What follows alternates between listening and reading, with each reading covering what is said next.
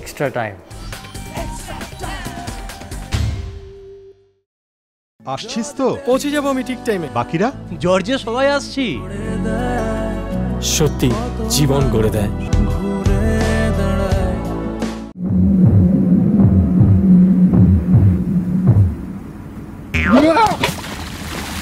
70-80 দশকে ময়দানে ঠিক এমনভাবেই দল বদলের ঘটনা ঘটত। মঙ্গলবার সন্ধ্যাবেলা তেমনই এক ঘটনার সাক্ষী থাকলো ময়দান, এবং পুরো ব্যাপারটা যথেষ্ট নাটকীয়তায় মোড়া। এদিন সাংবাদিক সম্মেলনে বাগানের ফুটবল সচিব স্বপন ব্যানার্জি বুক ঠুকে ঘোষণা করেন, আগামী মরশুমে মেহতাব সবুজ মেরুন জার্সি গায়ে চাপিয়ে মাঠে নামবেন। এই মুহূর্তে মিডফিল্ডার হিসাবে আমরা মেহতাবের নাম প্রস্তাব রেখেছি, আর কোচের সঙ্গে কথা অনুযায়ী সে প্রস্তাব কোচ সমর্থন করেছে। মেহতাব হোসেন আমাদের নেক্সট হিটে আসছে।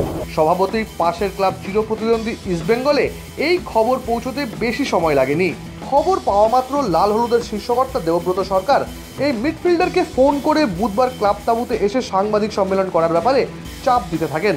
আর এরপরেই পাল্টা চাল দেন মুখ্যমন্ত্রী মমতা ব্যানার্জির ভাই। ক্লাব থেকে বেরিয়ে মেহতাবের সঙ্গে যোগাযোগ করে তাকে কালীঘাটের বাড়িতে ডেকে নেন স্বপন ব্যানার্জি। ফুটবল সচিবের সঙ্গে ফটো সেশনের পরে চুক্তিপত্রে সই করে দেন মেহতাব। দীর্ঘ অনেক বছর পরে বুধবার দুপুরে আবার মোহনবাগানে পা রাখবেন মেহতাব। শুরু হবে বাগানে তার দ্বিতীয় ইনিংস।